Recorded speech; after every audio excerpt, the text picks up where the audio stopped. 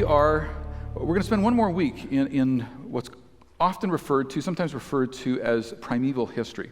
So the 11 chapters of the book of Genesis. We've been there for, in particular, one more founding principle that I think is important for us to review. We step on to chapter 12 of Genesis, which follows the specific family tree of Abraham and his son Isaac and his son Jacob, and God's plan to work rescue, salvation through that family tree. But here we are in Genesis checking what is it that causes evil to be so persistent and prevalent in the world in which we live? How is it that God's pristine world that he spoke into being has come to be so corrupt? Why is evil so persistent? Why is it so prevalent? You can throw my cell phone number up here. You're welcome to text or message me. I don't think I'll have time to take questions in the service, but I'd be glad to interact with you after the service. Connection card, email address. Drop me a note, and let's interact around the things that maybe I didn't cover, or a question I only touched on that you'd like to scratch a little deeper in. Because in particular this morning, we're going for a bit of a wild ride together. I'm inviting you to sort of buckle your seatbelts and come with me on this, because we're going to go from the first book of the Bible to the final book of the Bible. We're going to go to what's modern-day Iraq, but back thousands of years to when it was referred to as Mesopotamia or Babylon. Okay, so we're taking a bit of a journey together this morning, and we're asking this question: why is evil so persistent and so prevalent in the world in which we live? And many of you will know, look, we have an enemy who's at work against people and is at work in the systems of the world as well. And that's the part that we're going to look at more specifically this morning. If you ever wondered what the world would be like if only Adam and Eve had resisted evil. You know, what if they had simply said yes to God and no to temptation? Well, what would the world be like? Any C.S. Lewis fans here? I think there's a bunch of us around. Author of the particularly famous Chronicles of Narnia. Far less known is a space trilogy that he wrote in the 1940s. And the second book in that series is called Perelandria. I don't know if I said that right. Perelandra. It recounts the story. It follows the story of the hero, Dr. Ransom, as he goes to Venus. 1940s sci-fi. Okay, he goes to Venus to intervene in the first couple in that world who are facing temptation, and his assignment is to help them avoid falling into the trap that our forebears, Adam and Eve, fell into. What would that be like? What would the world be like? Anyway, it's a fascinating read. I commend it to you. What if Adam and Eve had never sinned? What would the world be like? And we wonder. I think that's one of the gifts of human imagination. We wonder. And in wondering, we're invited to think about the one who had just imagined it all and then spoke it into being. But Adam and Eve did sin. The Apostle Paul tells us, Romans 5:12, he says, when Adam sinned, sin entered the world. Adam's sin brought death, so death spread to everyone, for everyone sinned. And in Genesis chapter 11, we're introduced to kind of another consequence of this, what we refer to as the fall of humanity. It's a collective consequence, a collective corruption in human society. We expect the personal corruption. We saw it with Adam and Eve. We experience it personally. But unfortunately, there's more going on than just that. So let me do a quick recap, and then I'm going to read a few verses out of chapter 11. So Genesis chapter 1, God created. Genesis chapter 1, all about God. He created. There is a God. He exists. He created. Because he created, it's his. We're responsive to him. He speaks. He has a will. He is at work in our world, affecting his will. The things he created are good, and we're to infer from that he himself is good. He is triune. There's this suggestion that there is one God who exists in three persons. He is relational within himself, within the Trinity, within the Godhead, and within human beings, part of the purpose of his creation. He loves being with us. And then we get to chapter 2, and it's all about us, human beings. We discover that we are unique. The product of word, we alone are the product of word and breath. And then God molded us, formed us with his own hands. We are unique. We are responsible. He has commissioned us to be the bearers of his image. We've been created in his image. And then we too have been created relational, to be in relationship with one another and to be in relationship with God. And then last Sunday we got to Genesis chapter 3. And it's this, it begins to answer this question of why? Why is this so incredibly difficult? Well, by yielding to the temptation of the garden, humanity has been plunged into a state of brokenness. We're out of relationship with God, and we're step with one another. And the last Sunday, we looked at how this then spiraled down through about what a murderous character he was. And then this assessment in Genesis chapter 6. Everything they thought or imagined was consistently and totally evil. But then we notice this, that even after the devastation, the utter devastation of the great flood, God effectively washing the earth clean of sin, the judgment of evil that was present at the time, even that is not enough of a do-over to fix it all. Why is evil so persistent, so prevalent in the world? Even after a do-over, we're no better. Reminds me of my golf game. I'll take a mulligan. If you're not a golfer, a mulligan is when you throw a ball out to kind of replace the bad shot you just had. You don't have to count any extra strokes for a mulligan. I put a mulligan out and I'm still in the trees, I'm still in the pond, I'm still in the sand trap, I'm still in the woods. It's just didn't seem to make any difference when God granted humanity the greatest mulligan of the world. And we're coming back to this idea that we have an enemy, and he's at work in the people of the world, and he's at work in the systems of the world. So with that kind of recap, let's look at Genesis chapter 11. I'll read from the New Living Translation, the first 9 verses. This is the word of the Lord. At one time, all the people of the world spoke the same language and used the same words. As the people migrated to the east, they found a plain in the land of Babylonia and settled there. They began saying to each other, "Let's make bricks and harden them with fire." In this region, bricks were used instead of stone, and tar was used for mortar. Then they said, "Come, let's build a great city for ourselves with a tower that reaches into the sky. This will make us famous and keep us from being scattered all over the world." But the Lord came down to look at the city and the tower the people were building. "Look," he said, "the people are united and they all speak the same language.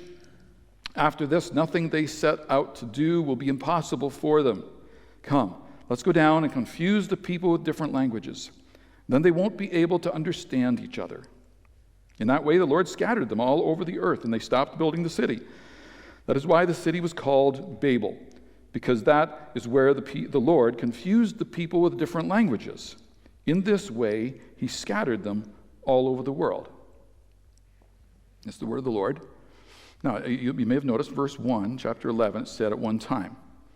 So we're kind of, chapter 10 kind of built a narrative, followed some genealogies.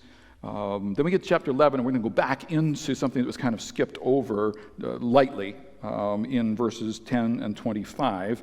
And we're introduced to this Tower of Babel. Most people think it was probably in Babylon, which is mentioned back in chapter 10, but the text doesn't actually tell us that specifically. So we're introduced to the Tower of Babel. It's very difficult to place for sure exactly where this is in ancient terms, but if it is in Babylon, then we're talking about southern Mesopotamia, modern-day Iraq. There's a map for you that you can have a look at that. In part, the description of the cities that are mentioned in chapter 10 kind of fit, what we know from ancient archaeology, what fits there. Even some of those cities still exist. The description of baked bricks fits for that region. Didn't have a lot of stone. Israel had lots of stone. They could cut stone, build buildings out of stone. Not so in Mesopotamia. Tar was available as a mortar. And the structure that they built is pretty commonly thought to be what's referred to as a ziggurat. A ziggurat. It's a structure. I've got a picture there for you as well of it.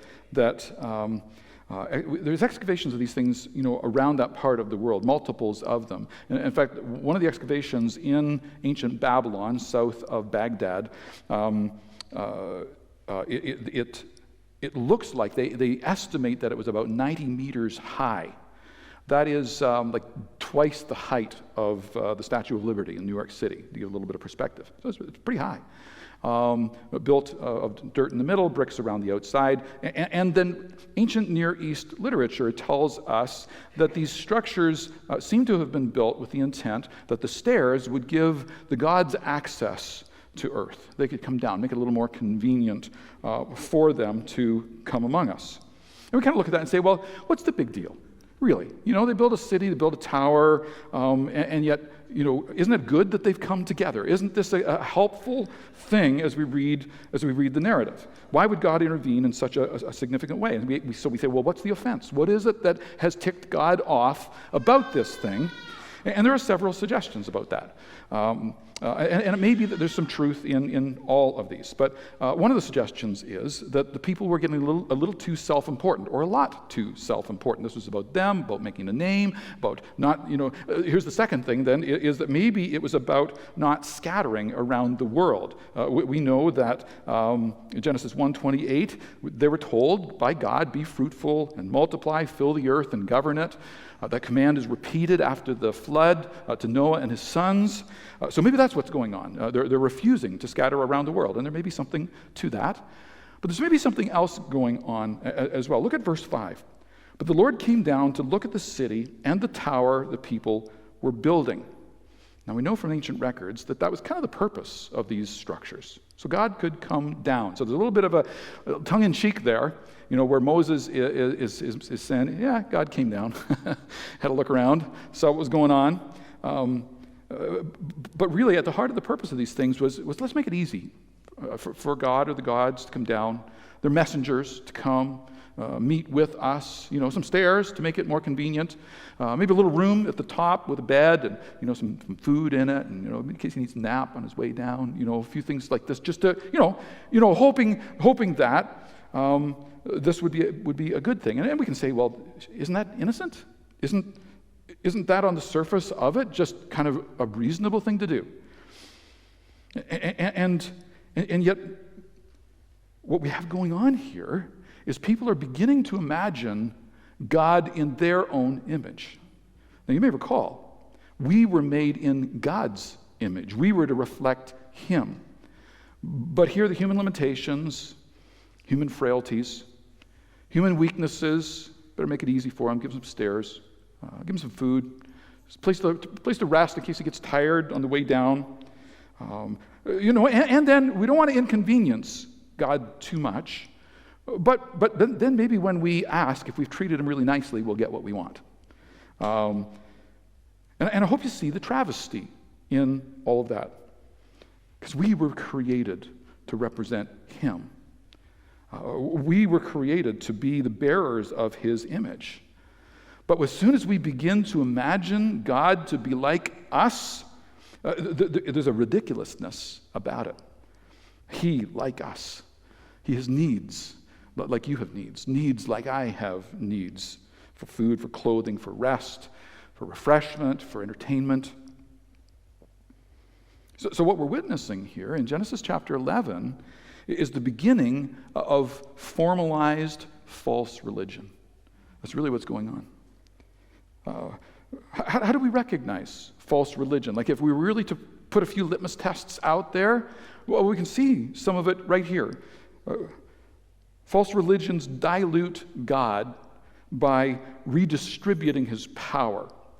Now remember, Moses here. I'm expecting that he is the writer, at least of the majority of what we're reading.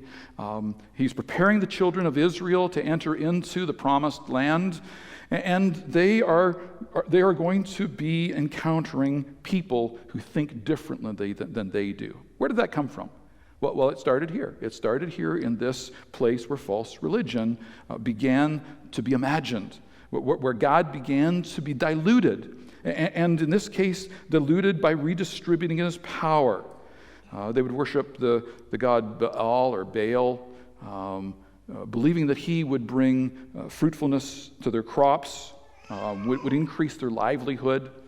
They would worship the queen of heaven, Ishtar, trusting that she would bring families to them. So God, yes, at least for the Israelites, but God plus these other entities. He needs some helpers. We're going to put our trust and our faith in more than just God.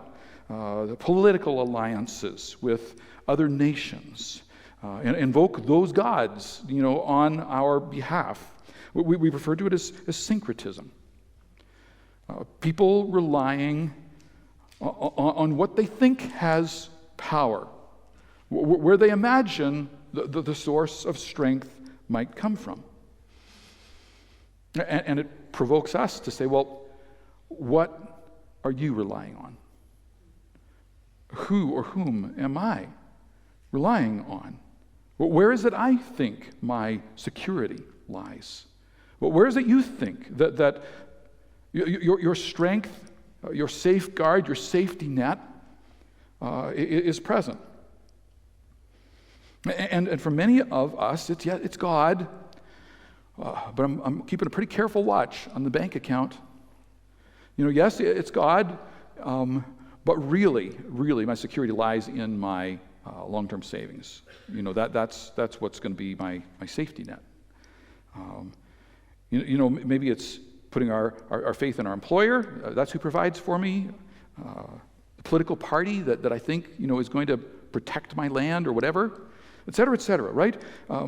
And the reality is that we today, as much as they then, need an antidote to this redistributing of God's power. This syncretism of blending together, worldviews blending together, trusts and alliances in order to make our world make sense and feel secure enough. This was actually the downfall of the nation of Israel. If we were to read ahead through the nation, this was the problem. And Moses foresaw it, and he's been warning the children of Israel about this, giving them some orientation so that when they saw it, when they were tempted by it, they would choose a different path. The God plus path. God, I will trust you, and I'm going to trust in my family. That's where my security lies. I'm going to trust you, but I'm really looking to my church and my pastor to kind of fill the role of God in my life. Don't do that. I'm going to trust you, but really, government's got me covered. Thanks very much. And Moses is attempting to arm the nation of Israel, and we get to ride on their coattails, arm the nation of Israel against diluting their faith. How would we do that? There's some practical things that we could do that would help us avoid diluting our faith. An antidote to this redistributing of power. What if every morning before your feet hit the floor, you began with a prayer of thanksgiving to God? Lord, thank you.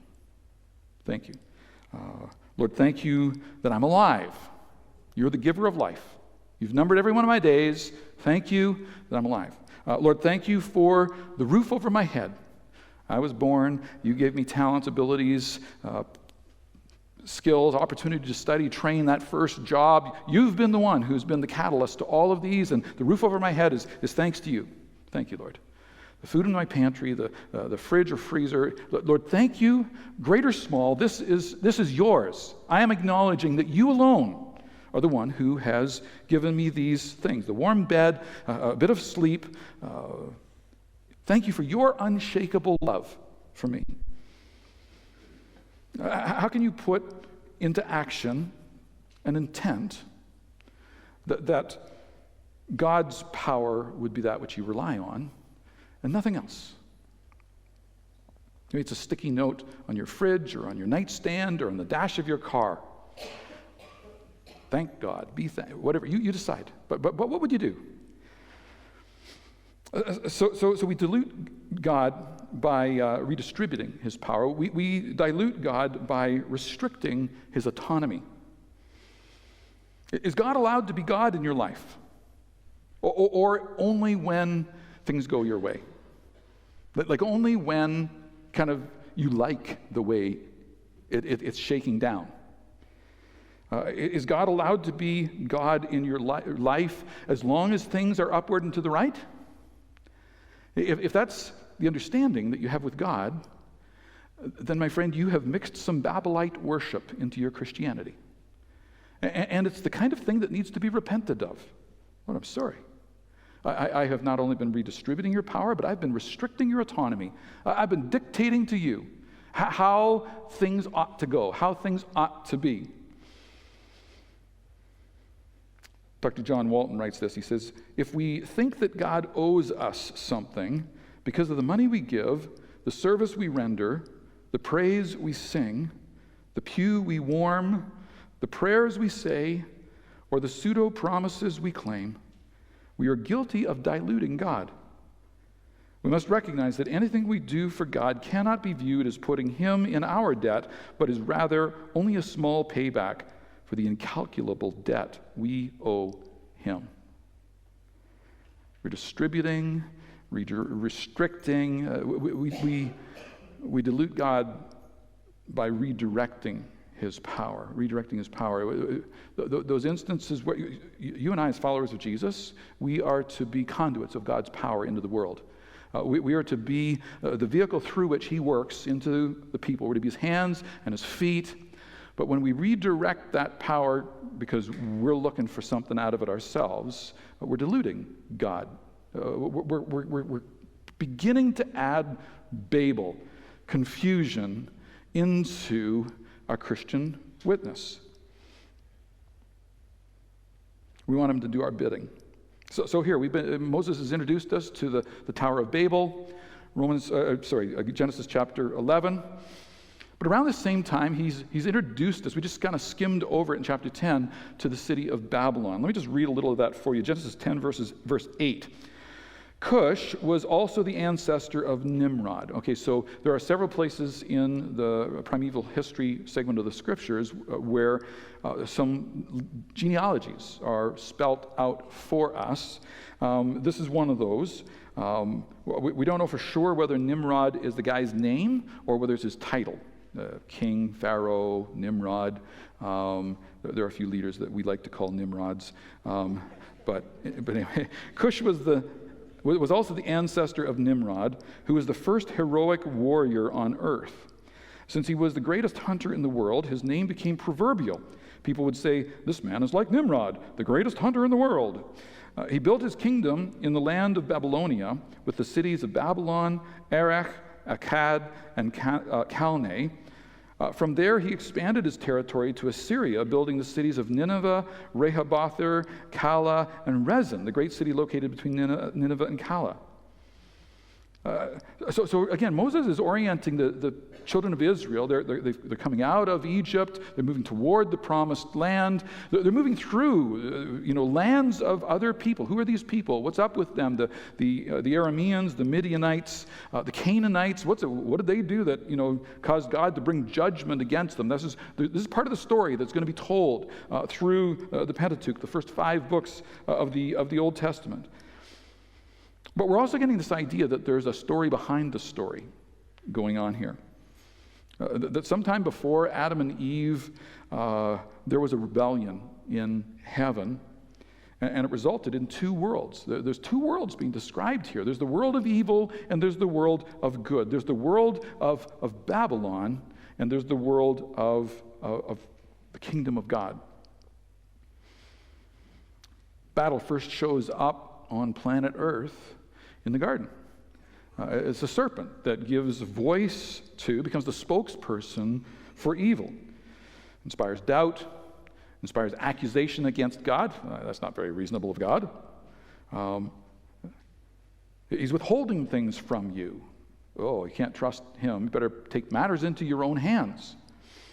Well, and then the rampant evil that followed, and even though it was washed away, the broken human condition floated on top of the water in the 8 people that were in the boat. And even the mulligan, even the do-over was not enough to fix the problem that was there. And here we are just a few chapters after that account, and we've got this account of Nimrod, this great hunter, this heroic warrior. Apparently he's skilled at the art of killing.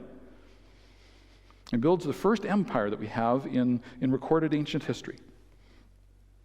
And among a number of things that we're supposed to be noticing here are some names that are kind of familiar. If you're a student of the Old Testament, there's some names of some cities and some people that are familiar to us, and they're going to play a significant factor in the unfolding of God's work in his people over the next 1,000 years of their history. And it's really interesting to look back to the reference of the city of Babylon in particular. Literally in the Hebrew, Babel. The word Babel sounds like the Hebrew word for confusion. So at the heart of this empire, this city called Babel, and Moses' readers are going to catch kind of the poke, the jab, the humor in this, a city called confusion, where God confused their languages in order to hinder their building of this empire, specifically to slow this anti-God direction of the new religion that was beginning to be formalized among them. So hold that thought for a minute. Okay, so a city's being built by a violent man. First empire, we're probably talking roughly 3,000, maybe 4,000 BC, something like that. Tower of Babel seems to be in this city. The text does not spell it out for us. Purpose of the tower is to reach up to the heavens, make it easier for God to come down. We reviewed the ridiculousness of that, how demeaning it is. God doesn't need a staircase, doesn't need your food, doesn't need your bed. Do you know what God is going to accomplish his purposes with or without you or me? He's God. Centuries and centuries later, though, another king's going to come along, a guy named Nebuchadnezzar, king of the Babylonians. In 586 BC, he would destroy the nation of Judah and ultimately the city of Jerusalem. Maybe you recall the account of the prophet Daniel. He and his buddies, Shadrach, Meshach, and Abednego, carted off after the carnage of that destruction, carted off to Babylon, where they served God's purpose in the middle of this vile city, the violent city that caused such devastation and destruction. You know, you'd think maybe that's the end of Babylon. Maybe that's where the story, we stop hearing that word in the pages of the Old Testament. But even after that nation, that empire was destroyed, it keeps showing up. It keeps showing up. 1 Peter chapter 5, verse 12. Peter says, I've written to you, this is the end of his letter, I've written to you to encourage you, be faithful, be assured that whatever you're experiencing is truly part of God's grace for you. Stand firm in this grace. Your sister church here in Babylon sends you greetings, and so does my son Mark. He's referring to the city of Rome. That's where Peter is when he's writing this. Why would he call Rome Babylon? That's a little harsh, isn't it? But he's telling us that there's something more in the collective understanding about what that Tower of Babel, city, empire of Babylon was about. And something about it is seen in the harshness of Rome, the assault of Rome. Why is evil so evil? Why is it so persistent and so prevalent in our world? Well, we have an enemy. He's at work not just in the people, but he's also at work in the systems of the world. But even there, we're not done. Listen to what the Apostle John wrote in the book of Revelation. Revelation 17, verse 3. So the angel took me in the spirit into the wilderness. This is John speaking, recounting for us. There I saw a woman sitting on a scarlet beast that had 7 heads and 10 horns, and blasphemies against God were written all over it. The woman wore purple and scarlet clothing and beautiful jewelry made of gold and precious gems and pearls. In her hand she held a gold goblet full of obscenities and the impurities of her immorality. A mysterious name was written on her forehead, Babylon the Great, mother of all prostitutes and obscenities in the world. I could see that she was drunk with the blood of God's holy people who are witnesses for Jesus. I stared at her in complete amazement. So here we are. I warned you, right? I told you had to put your seatbelts on because we're going from Genesis to Revelation, first book of the Bible to the final book of the Bible, and many city references between that talk about this idea that yes, Babylon, it's powerful, it's beautiful, happened to have had the hanging gardens celebrated in the ancient world, one of the wonders of the ancient world, a library par excellence, unprecedented as far as we can tell in the ancient world. It's powerful, it's beautiful, it's wealthy, and it's full of the obscenities and the impurities of her immorality. The name or its meaning, Babylon the Great, mother of all prostitutes and obscenities in the world. Now, we're not done yet either, because then Jesus connects some dots. When he refers to the world in which we live, the world to which he has come. And we're going to see that it's threading this idea all the way back to the beginning. Sin is about more than personal corruption. It's also become corporate corruption in the systems of the world. Listen to what Jesus said. Gospel of John, chapter 8. He was being challenged by Jewish leaders for saying that he was God. And here's what we read in verse 12. Jesus spoke to the people once more and said, I am the light of the world. If you follow me, you won't have to walk in darkness, because you will have the light that leads to life. Okay, so the world is a place of darkness. We've been seeing it's a place of sin, rampant obscenities and immoralities. But Jesus is the light in the middle of that world. Now, same chapter, John chapter 8, jumping down to verse 24. That is why I said that you will die in your sins, for unless you believe that I am who I claim to be, you just claim to the light of the world. I am is even an indicator. He's claiming to be God. I am who I claim to be. You will die in your sins. So we've got darkness versus light. We've got death versus life. Same chapter, John chapter 8, verse 42. Jesus told them, again, he's being challenged here, right? Jesus told them, if God were your father, you would love me because I have come to you from God. I am not here on my own, but he sent me. Verse 44, but you are the children of your father, the devil, and you love to do the evil things he does. He was a murderer from the beginning. Think Cain, think Lamech, think Nimrod. He was a murderer from the beginning. He's always hated the truth because there is no truth in him. When he lies, it is consistent with his character, for he is a liar and the father of lies. Now, we're still not done because the Apostle John recounts in his letter, so this is his gospel, in his letter, 1 John chapter 2, verse 15, he says this, do not love this world, nor the things it offers you. For when you love the world, you do not have the love of the Father in you. For the world offers only a craving for physical pleasure, a craving for everything we see, and pride in our achievements and possessions. These are not from the Father, but are from the world. And this world is fading away along with everything that people crave. But anyone who does what pleases God will live forever. So it's referencing this war of the worlds that's been going on since the dawn of time.